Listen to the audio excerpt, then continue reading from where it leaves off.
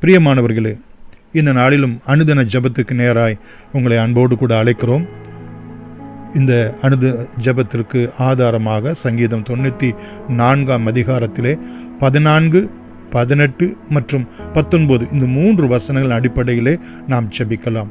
மகா இரக்கமும் கிருபையும் உள்ள எங்கள் அன்பின் பிதாவே, உம்முடைய ஜனத்தை நீர் எப்படியெல்லாம் தாங்குகிறீர், ஏந்துகிறீர், தப்புவிக்கிறீர், நீர் தேற்றுகிறீர் என்று இந்த சங்கீதத்திலே சங்கீதக்காரன் ஆண்டவரே சொன்ன வார்த்தைகளின்படியே நீர் அவனை ஆசீர்வதித்து ஆசீர்வாதமாய் நடத்தினது போல உம்முடைய நாமந்தரிக்கப்பட்ட ஜனங்கள், உம்முடைய வெளியேறப்பட்ட இரத்தத்தினால் ரட்சிக்கப்பட்ட ஜனங்கள் ஆண்டவரே 14வது வசனத்திலே பார்க்கிற வண்ணமாக அவர்களை நெகிழ விடாமலும் அவர்களை கைவிடாமலும் நித்தமும் கரம் பிடித்து வழி நடத்தும்படி உம்முடைய பாதத்திலே நாங்கள் செபிக்கிறோம்.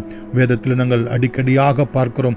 ஒவ்வொரு பரிசுத்தவான்களையும் பார்த்து நீர் சொல்லுகிற வார்த்தை, நான் உன்னை விட்டு விலகுவதும் இல்லை, உன்னை கைவிடுவதும் இல்லை, என் சமூகம் உனக்கு முன்பாக செல்லும் என்று சொல்லி கோணலானவைகளெல்லாம் செவ்வையாக்குவேன், மேடானவைகளெல்லாம் சமமாக்குவேன் என்ற உம்முடைய வார்த்தையின்படியே ஆண்டவரே எங்களை கரம் பிடித்து நித்தமும் வழி நடத்தி ஆண்டவரே எங்களுடைய காரியங்களை எல்லாவற்றையும் நீர் மேற்போட்டு கொண்டு நடத்தும்படியாய் சிறு பிள்ளைகளை, வாலிப பிள்ளைகளை, முதியோர்களை அவர்களுடைய எல்லா சூழ்நிலைகளிலும் கர்த்தர் தம்முடைய சுதந்திரத்தையும் ஆசீர்வதிக்கிறது போல ஆசீர்வதிக்கும்படி உம்முடைய பாதத்திலே நாங்கள் செபிக்கிறோம். ஆண்டவரே 18வது வசனத்தில் சொல்லப்பட்ட பிரகாரம் என் கால் சறுக்குகிறது என்று நான் சொல்லும் போதே கர்த்தாவே உம்முடைய கிருபை என்னை தாங்குகிறது என்ற வார்த்தையின்படியே ஆண்டவரே இந்த உலக மாமிச பிசாசு எங்களுடைய கால்களுக்கு முன்பதாக, எங்களுடைய சிந்தைகளுக்கு முன்பதாக, எங்களுடைய வாழ்க்கைக்கு முன்பதாக எந்த சறுக்கலையும், எந்த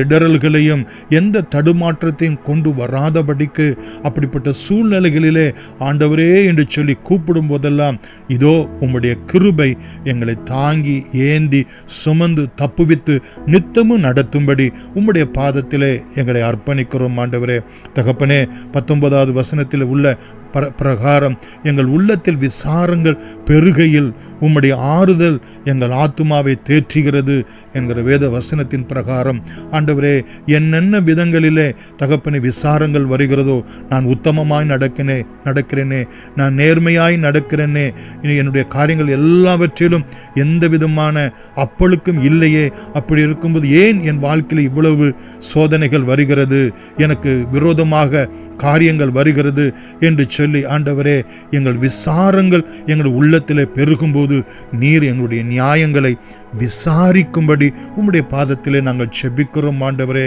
உம்முடைய வெளியேறப்பட்ட இரத்தத்தினாலும் உம்முடைய ஜீவனுள்ள வார்த்தையினாலும் பரிசுத்த ஆவியினாலும் நீர் எங்களை ஆற்றும் தேற்றும் எங்கள் ஆத்துமாவை பலப்படுத்தி உம்முடைய நாமத்துக்கு மகிமையாய் இந்த பூமியிலே ஜீவிக்க நித்தமும் அனுகிரகம் செய்தருளும்படி இயேசுவின் நாமத்தில் நன்றியோடு வேண்டுகிறோம் எங்கள் ஜீவனுள்ள பிதாவே. ஆமேன். God bless you.